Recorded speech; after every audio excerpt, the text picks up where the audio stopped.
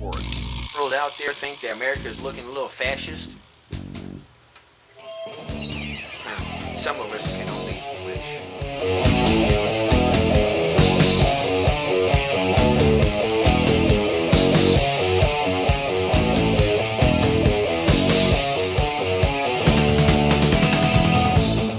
Anybody who comes to this country illegally after what happened on 9/11 may either be either shot on sight or deemed terrorist. You could basically end the war by dropping a few atomic bombs. You should do it. So yeah, I have white pride. I have tons of white pride.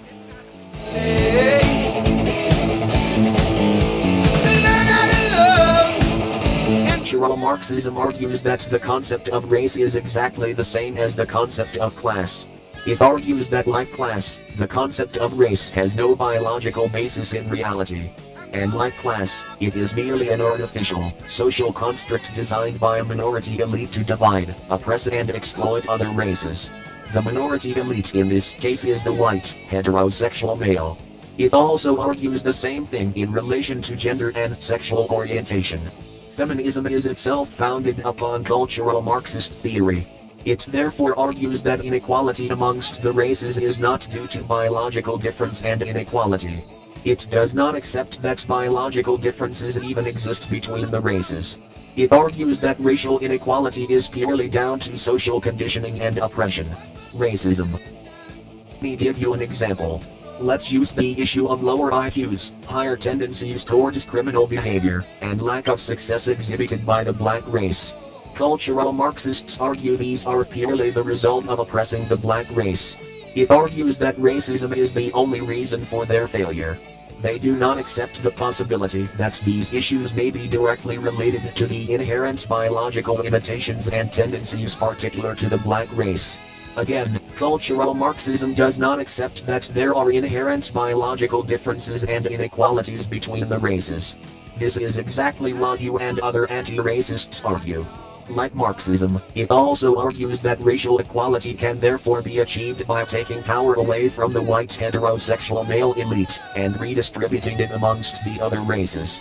It also argues the same thing in relation to gender and sexual orientation. You know what happened to Schizo? I think we all know that Gabe, the Archangel, Scott Ferry, Pat Buchanan, 2008, whatever name he's using now, has been crazy from the start. But it seemed for a while that Schizo actually had a brain and was intent on using it. Gabe and Schizo have had an interesting love-hate relationship here on YouTube. Schizo actually did a number of videos showing Gabe to be a fascist, kind of crazy guy, and then there was always this disclaimer from both of them that they're not racist. No, not racist. Then Schizo came back to YouTube, and apparently his brain is fused with Gabe's, and they're like one person now, which makes sense because Gabe has always been a bit schizo anyway. So as far as I can tell, Gabe has just been about everything. I've known him to be an anarcho-capitalist, right-wing libertarian, right-wing conservative, blue dog Democrat, Republican, on and on and on. We've all seen it. I think this is all common knowledge. So let's just focus on where the Siamese twin Gabe, Schizoapriori, the Archangel is now. It'd be too easy to just call them fascists.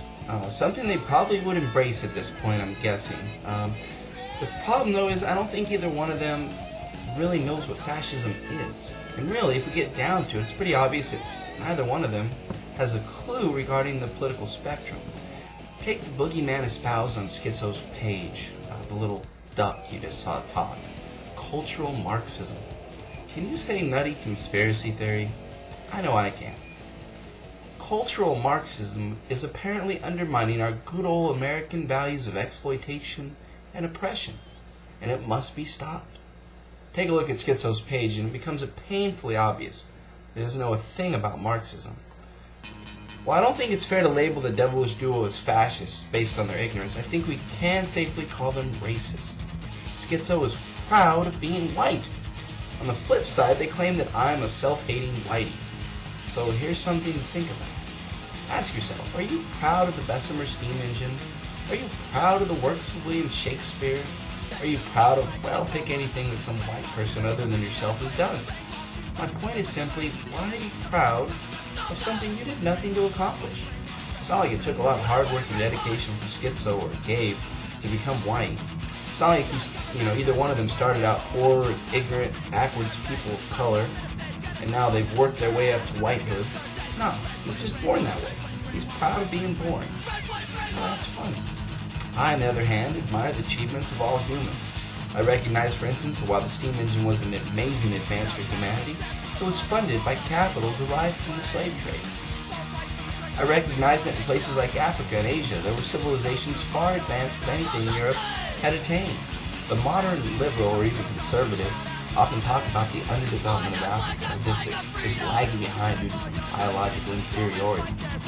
The reality, of course, is simply that Africa has been overexploited. The problem with Schizo, of course, is that there's no real definition of what white is. Who's white? How do you define it? European descent? The first slaves were the Slavic people of Eastern Europe. It's where we derived the word slave. Or how about the Irish, the first victims of English imperialism? How could such superior people be enslaved? When my Italian ancestors came to this country, they weren't treated as whites, but now Schizo probably would include me as whitey. Are you beginning to see the problem? These guys want to be proud of what others have accomplished. They want to pretend that simply by being born with less skin pigment than others, they're somehow smarter or better. But don't their idiotic and irrational videos tell a different tale? These beliefs, of course, depend entirely upon ignorance. For instance, if racism is so natural, we just naturally create these hierarchies based on our racial superiority, why all the laws to enforce racism? Why did our founding fathers find the need to make laws against interracial marriage? Why the need for laws banning blacks from learning to read or write? Why the need for laws banning blacks from congregating? Or laws banning whites and blacks from congregating together? Why the need if it's so natural? It's such a natural thing, according to Schizo. If this was such a natural occurrence, why was the South a virtual military garrison with nearly every white male armed to the teeth in fear of slave revolts? The truth is, poor whites and blacks, along with Native Americans, often did join together. Poor whites fell in love and married blacks, and these groups often saw that they had more in common than anyone. To think that if we all hold hands and sing Kumbaya or something, the world would magically turn into a fucking playground overnight. That's not true. What Schizo and Gabe don't understand is that no matter how white they think they are, they will never be a part of the ruling class in this country. No matter how long they espouse their racist, idiotic ideas, they will never be invited to dinner by the Gates family, or the Waltons, the DuPonts, the Rockefellers, or any of the other ruling class elites in this country.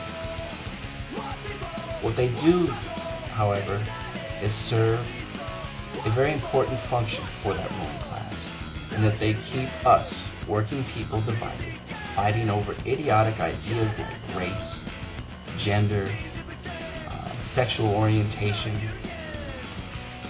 United we stand, divided we fall. It's that simple. If you don't understand that the poor black guy that lives down the street from you has more in common with you than the richest white man in this country, then you're just an idiot. I don't think you're an idiot. I don't think Gabe's an idiot. I think deep down